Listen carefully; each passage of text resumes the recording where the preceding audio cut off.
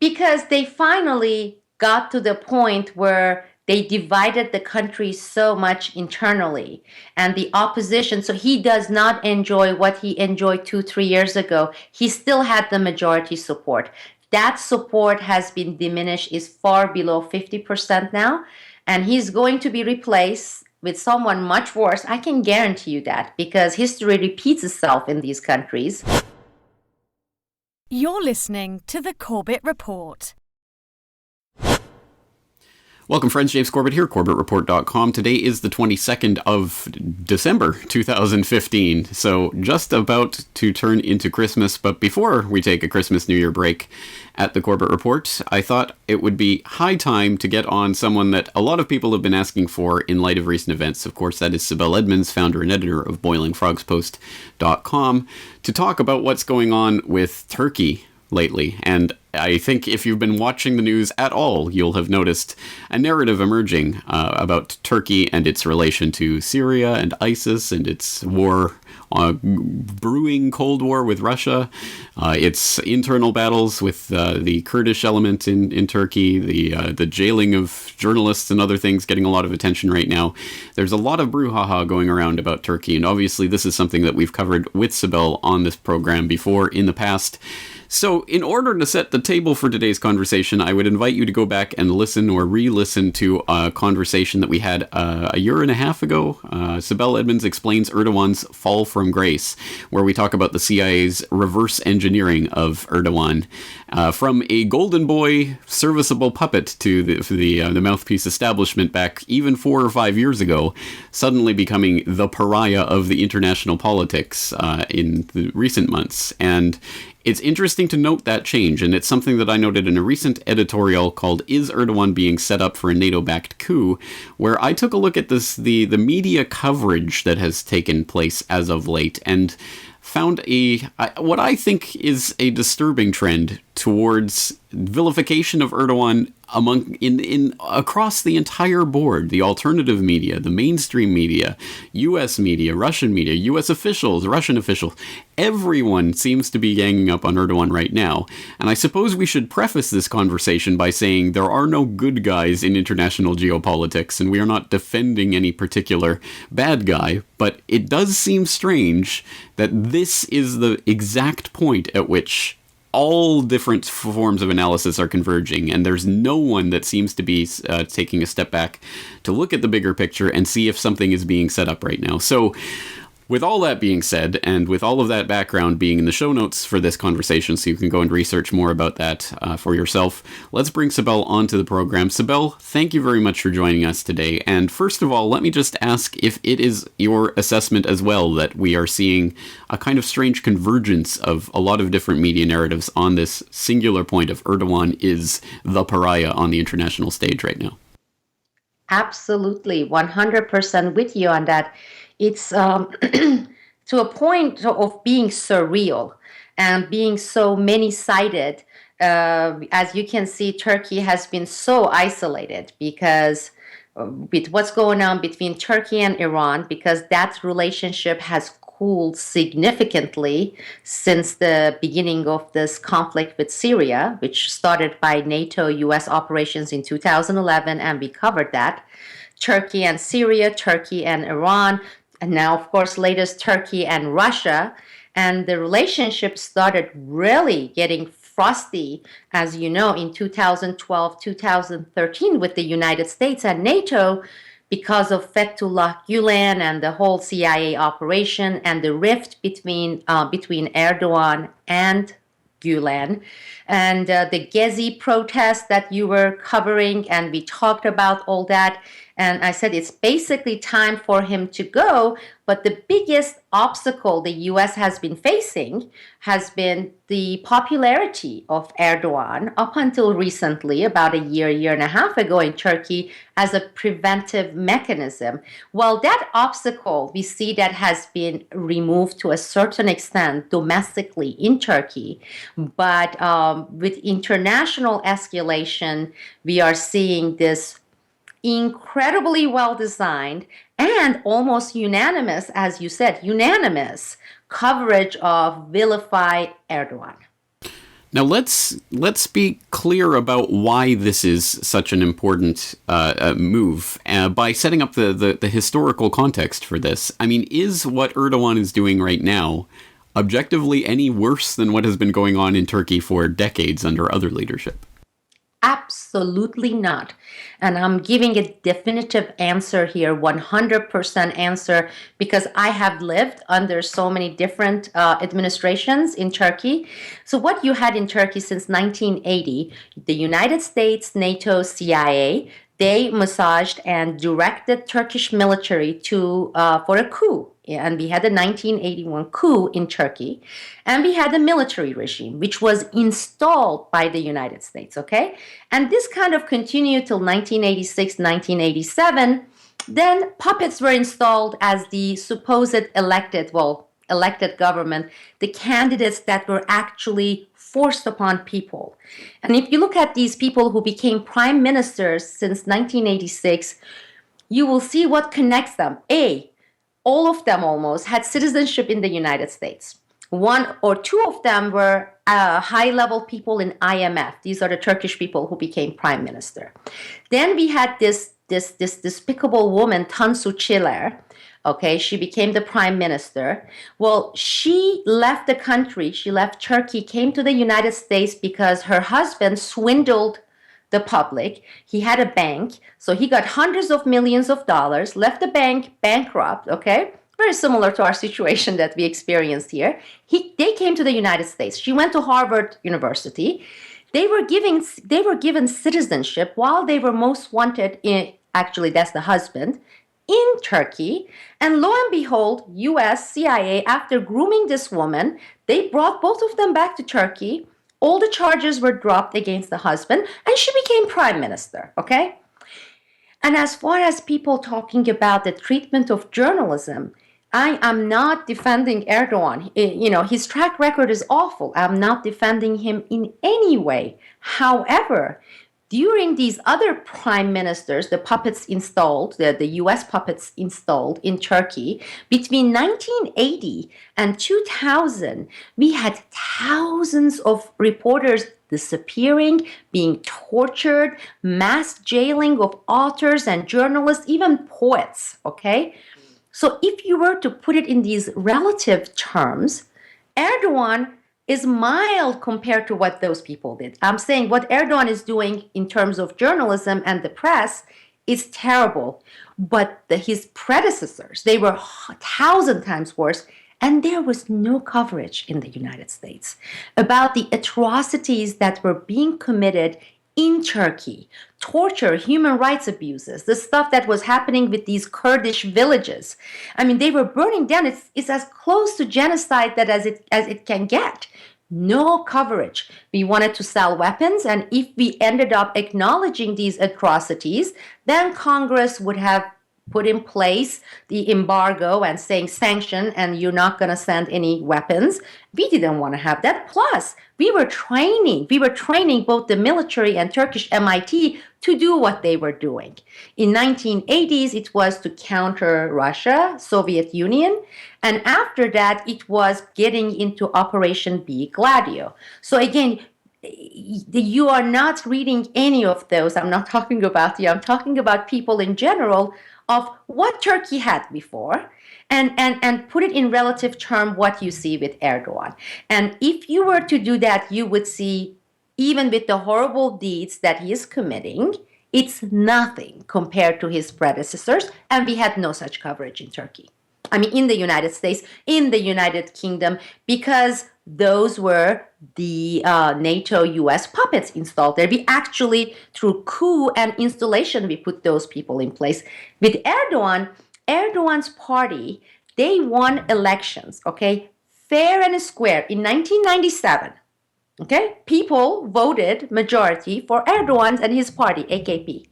Within 2 weeks, military stepped in and said, the vote that doesn't count because we don't like these guys. Well, Turkish military, they don't take a piss without getting permission from the United States and NATO. So it was the United States, NATO saying, we don't want this guy. So the rift actually not wanting Erdogan had been in place even before he was elected the second time since 1997.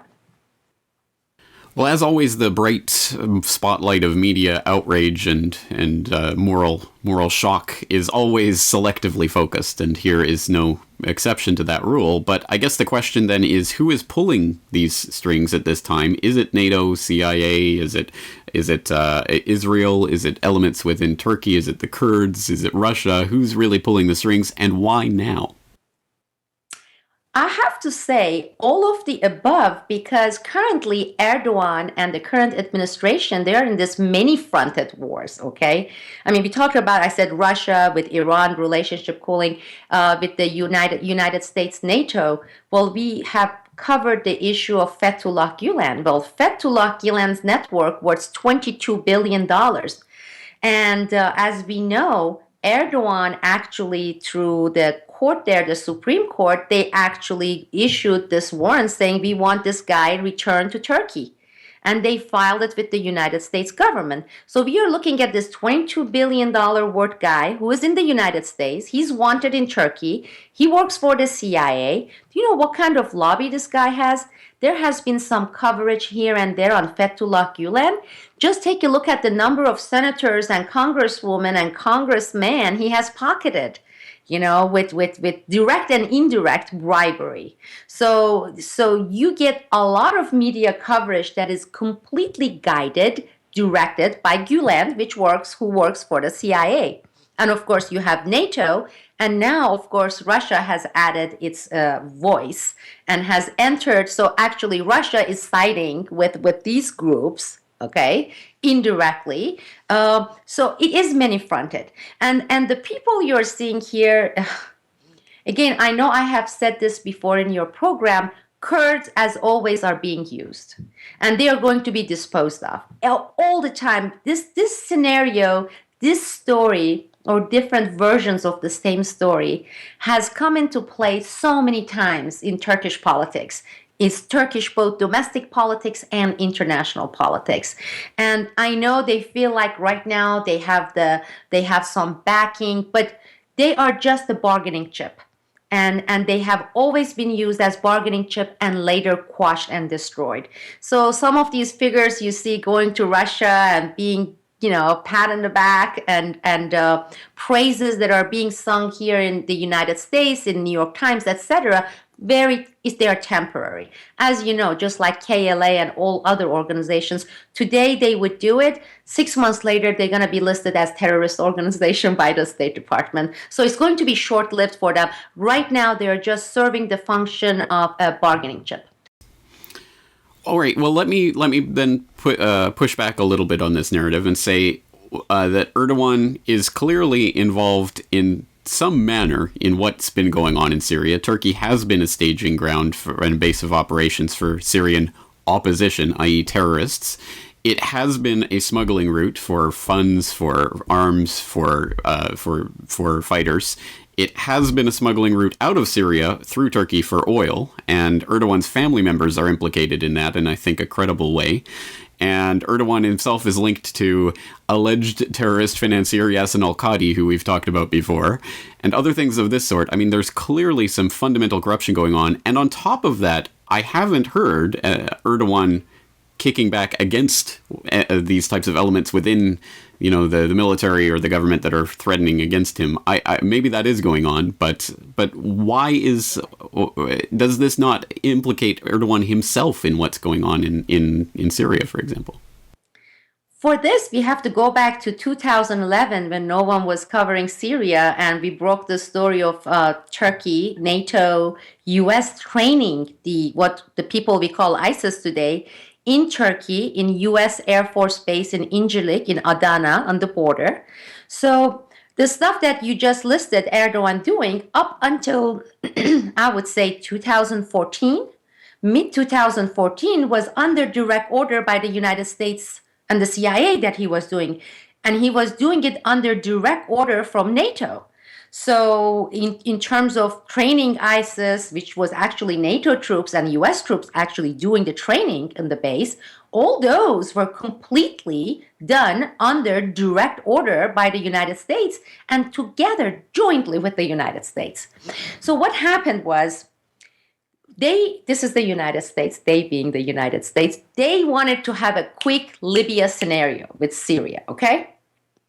It didn't happen. We were covering it in 2011. What happened?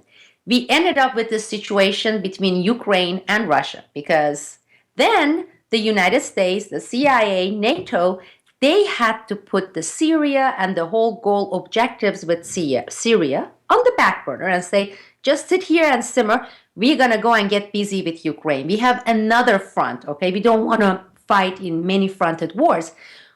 So the focus shifted to Ukraine. Now, when this happened, until this point, everything was being directly ordered to Turkey, Erdogan, and they were implementing it. Well, Turkey, Erdogan found itself in this situation saying, you told us to do this. Now we have 500,000, by then it was 500,000, now it's close to 2 million refugees coming in. Plus, we have basically declared war against Assad. This has wrecked our relationship with Iran and decreased commerce, okay? So they ended up singularly continuing what the United States, NATO started while they were busy, United States, doing the Ukraine front. And then, of course, a lot of things, the whole mechanism changed when they went back, this is the United States, back to, let's go back to the Syria issue and Russia playing its part. And then Turkey, in a way, felt, and this is Erdogan really betrayed it, it's like, you basically dug our graves. You started this. And after that, it was not stoppable. I mean, what are you going to do? You already have 1 million refugees. You're at war, basically, with Syria. So we're going to go ahead and do it our way. And that's what we have been seeing in the past 1 year. And with the entire scenario now has, of course, a new active participant, which happens to be Russia and Putin. Yes, and that brings in another interesting aspect of all of this, because as we talked about with the media coverage, it shouldn't be surprising that the mainstream establishment mouthpiece media would be on board with whatever the overall agenda and narrative is, but it is somewhat surprising that the alternative media seems to be in lockstep with that same agenda at this moment, unquestioningly swallowing this change in narrative and suddenly starting to demonize Erdogan, who they probably probably still can't even pronounce, let alone understand who he is, let alone understand the history of this. So it's strange that this is happening. Let's talk about the parroting. The whole thing, with Hitler, you just repeat the same thing enough time, and that becomes reality, that becomes fact. A lot of things we are hearing, a lot of things we are reading, some of them are not true, some of them are true, but the truth has to be placed within the context, within the history, and it needs to be viewed through different angles. That's when you really get into the pure aspect, pure truth part of it, because what we are getting is this muddied up parroting, repeated. I mean, I just read, and I sent it to you, the link written by Phil Giraldi, former CIA officer for UNZ, and I was like, I'm not saying what he was narrating there was not true, but it's missing context. It's missing so many other directly relevant ingredients, which makes it I would say not accurate, because it is so one-sided and it is so naked without all the other elements that are present that make me shake my head. Because Phil Giraldi, he was stationed in Turkey when he was working for the CIA. He knows all these elements, and he seems to be basically parroting exactly the same line as everyone else. I mean, I don't care whether it's the left or the right, Mother Jones or even Lou Rockwell's side. It's insane how uniformed it has become.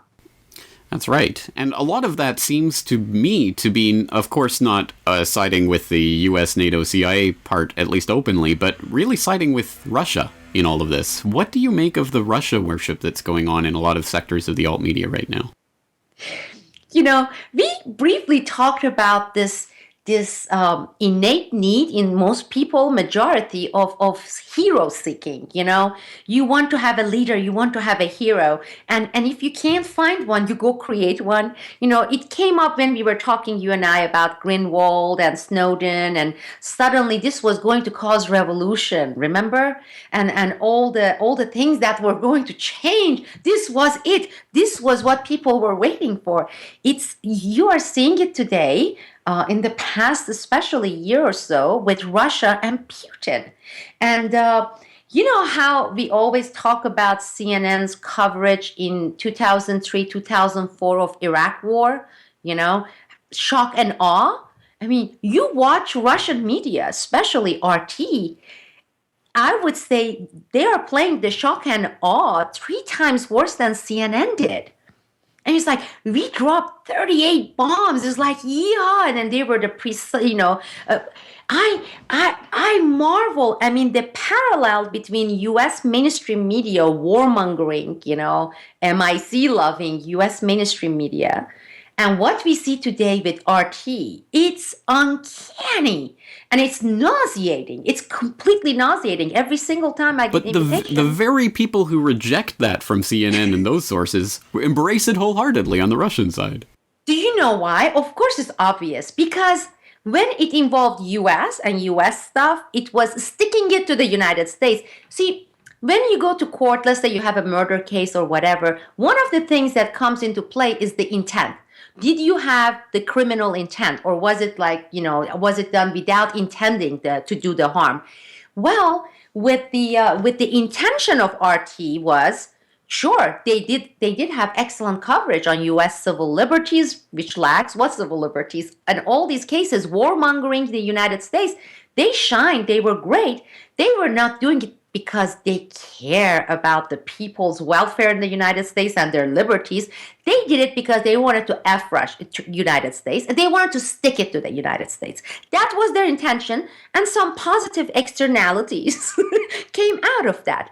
Now they have their own interests, which is they are the mouthpiece of Putin, and everything is dictated from the above. That publication doesn't have 1% freedom, because I have been talking with certain US reporters and correspondents, and they are specifically told, as long as you do not criticize Russia or Putin, okay? This actually goes beyond and above what our mainstream media is doing here. It's disgusting. So under these circumstances, with that level of hypocrisy, it's mind-boggling. We have this it's a big percentage of people, intellectuals who write, who are worshiping Putin. They are worshiping RT, and they really treat Putin as Messiah. I mean, he's a scumbag with hundreds of millions of dollars. I know it firsthand, in the banks in the Greek side of Cyprus, island of Cyprus. Last summer, when I was traveling in the region, you have no idea how many yachts I saw. We're looking at yachts that are $40 million, $50 million. These are all Russian oligarchs who have high position within Russian government. I mean, they have these yachts that make the yachts of Saudis look pale. Okay, there's no coverage of any. No, but Sibel, Putin is fighting the oligarchs. Don't you understand? Oh, he's the people's president. And in fact, I just saw some dummy is writing about how Putin is celebrating whatever holidays, New Year's, among the people in some village in Russia, because he's the common man's man. And I'm disgusted. I mean, I am disgusted, but I'm also frustrated, because, I mean, I'm looking at people who were, Reagan's, he was assistant secretary during Reagan, and I respect him. He writes magnificent articles, Paul Craig Roberts. And I've been so disappointed. I haven't been able to publish any of his latest articles, because every time I go there, he's like, it's Messiah Putin and the great Russian government and the greatest Russia. I mean, this guy was serving during Cold War, during Reagan administration, and now suddenly he even is engaged in Russia worship. And all I have to say is, it's been very hard to find material to republish Boiling Frogs Post because I cannot do it because it won't be a conscientious act. And I don't like hypocrisy, James. As you know, I'm allergic to hypocrisy. RT did some great work, not because their intentions were good, because they like to give it and stick it to the U.S. every chance they get. And now their warmongering, shock and awe Broadway that they have in there, from the titles of their articles to the coverage, it's nauseating. And I'm boycotting it. I'm not going. I'm not being a guest. I don't want to have anything to do with these Russian government-owned media. And let me put that on record as well. I can say that I was invited many, many, many times to talk on RT. I was never once told what to say or what not to say, which is why I agreed to participate in the same way I'd participate in live interviews on CNN or anywhere else that was willing to host me. But at this point, yes, I agree. I have no interest in being an RT and being a mouthpiece for that propaganda that it's turned into. So I have to echo your sentiments there and your frustration with the way that that narrative has been wholeheartedly embraced by much of the alt media, or supposedly alt media anyway. I guess that leaves us with the only question is, so what is next? What is developing from this? Is it inevitable that Erdogan is being targeted here and that he's going to go down? And if so, how does that play out? Because they finally got to the point where they divided the country so much internally, and the opposition. So he does not enjoy what he enjoyed 2-3 years ago. He still had the majority support. That support has been diminished, is far below 50% now, and he's going to be replaced with someone much worse. I can guarantee you that, because history repeats itself in these countries, with someone like his predecessors. And I don't know if it's going to be a direct military coup, but the CHP, CHP party that are secularists, they, behind the scenes, some of the powerful factions within CHP, they have formed alliance with Gulen movement, which is mind-boggling. I'm talking about the most secularist party forming alliance with the mullah who is absolutely advocating for fundamentalism, Fethullah Gulen. I never thought I would see such day that these two will join forces, and so you're going to see something like that. And but things are going to get worse. We're going to have more terror events in Turkey. It's going to happen. And it's going to come from many sides. There's going to be the Kurdish sides, then of course all the stuff that they are blaming on ISIS. It's going to be messier, but he's going. He's going, and this is not any particular good news for the Turkish people. Economy is really going to sink in Turkey. It's already sinking, but it's really going to sink. And I'm telling you, and I'm mark my word here, they are going to end up with someone much worse than Erdogan. I'm not defending Erdogan. Is he involved, he and his son, in some corruption? Of course, I don't doubt that.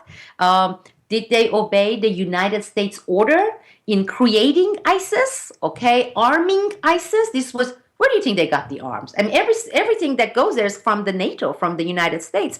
Yes, they did, but it's not going to be, things are not going to get better for Turkey, unfortunately. Yes, and when the replacement falls in line with what the US and NATO are asking them to do, imagine all of that spotlight of media outrage is suddenly not going to be shone on that new administration, I imagine. Before we let you go, one other thing that I think we should touch on, because we've talked about the media coverage being nearly unanimous, but there is an interesting blip on that radar that I would like to get your take on. USA Today, back in October, had a report on the Gulen movement secretly funding 200 trips for U.S. lawmakers and staff, and then in November followed up with more evidence of hundreds of thousands of dollars of improper campaign donations coming from the Gulen movement. Why on earth is USA Today covering this, and what do you make of that? It is interesting. I was surprised, really surprised when I saw that article, but I have to give the credit to pretty strong and determined movements. It started with these teachers who started blowing the whistle. These are American teachers, because Fethullah Gulen, Mullah Gulen, also has the biggest charter school chain in the United States. and he's been bringing these teachers from Turkey, etc. But this group, they have been doing great job, and they don't give up. I mean, I know because I'm on their email list, so they have been bombarding reporters, trying to educate reporters, because most of them is like, who's Gulen? We don't know anything about Gulen. And unfortunately, nothing really came out of that, because I mean, the name of these US representatives, I mean, these people should be jailed for treason, okay? Foreign bribery given to congressional US representatives, okay? Of course, we know about Hastert and all the stuff, but at least you would think when it gets into the mainstream media, front page of USA Today, something would take place, right? Even if it's for the sake of appearances, they don't even bother with that, James. It's like, yeah, so what? Now it's kosher, you know? So what? I mean, they're really the level of brainwash, the level of boiling the water and to have the frogs sit in it and not jump has reached that really steaming boiling temperature. The readership, in terms of Americans, we haven't really heard much reaction from them. Nothing happened in Congress. They didn't even go about issuing a statement condemning the article or denying it. They are basically looking Americans in the eye and they're saying, yeah, so what? What are you going to do? Because you have had thousands of cases like this, thousands. You haven't done anything. In fact, let's just make it official. That's what we do. What you gonna do? And the learned helplessness that you cover frequently is exactly that. Because you would go and ask any Americans, anybody, they will say, it's disgusting. But as far as why don't we do something about it, they will say, well, there's nothing I can do. It's the highest level learned helplessness. And without breaking that, things are just going to get much worse. And I don't know, you and I are going to be doing the same thing, talk about apathy, talk about learned helplessness. And I don't know how we're going to counter this. Well, on a more potentially positive note, we won't leave things there. I know that people are looking for your take on these types of issues as they're developing, but there hasn't been a lot of activity from yourself at boilingfrogspost.com recently because you have been exceptionally busy with what is coming next. Is there anything you'd like to let the audience know before we go? Sure. Well, we had that round table with you and Peter, and that, I think, was the catalyst, because the next day after we recorded and you published the round table, I declared that I am going to, together with a team of investigative journalists and producers and editorial cartoonists, etc., take Boiling Frogs Post to not next level, but 4 or 5 level higher. I want to have full-time investigative journalists, full-time producers, because a lot of people, they're trying to juggle their daytime jobs, so there's only so much they can do. And with that, I have been working nonstop, from getting a new domain name to creating a new logo to preparing a video that's going to be out there. In I would say after the New Year's, around first, second week in January, I'm going to announce the new name and the mission statement and the people who are our first tier partners and associates. And the date that we're gonna launch a major, I'm saying major because it's triple major. It's major Kickstarter, crowdfunding, and we're gonna have a physical presence as well, because I want to set up a studio, recording studio for video, etc. It sounds and it is highly ambitious, but the model that I'm thinking of, and I have been working on it full time, doesn't exist. We have the singular models, and there are some really good ones. And then we have these jerks who are getting either corporate, mega corporation advertisement money, or they are getting the dynasty, Rockefellers and Soros and all these people. Each one of them gets $1.5–2 million a year. None of those models work. And this is going to be something that doesn't exist. And I have been looking, I have been searching, and we're going to need people. It's going to be people-powered media. if I've been looking at these pie charts, and you and I are gonna cover this once we announce this, but of even the ones that are using public, their pie charts, public is not even 20% of their funding. It's the dynasty families and the mega corporations, Lockheed Martin, et cetera, et cetera.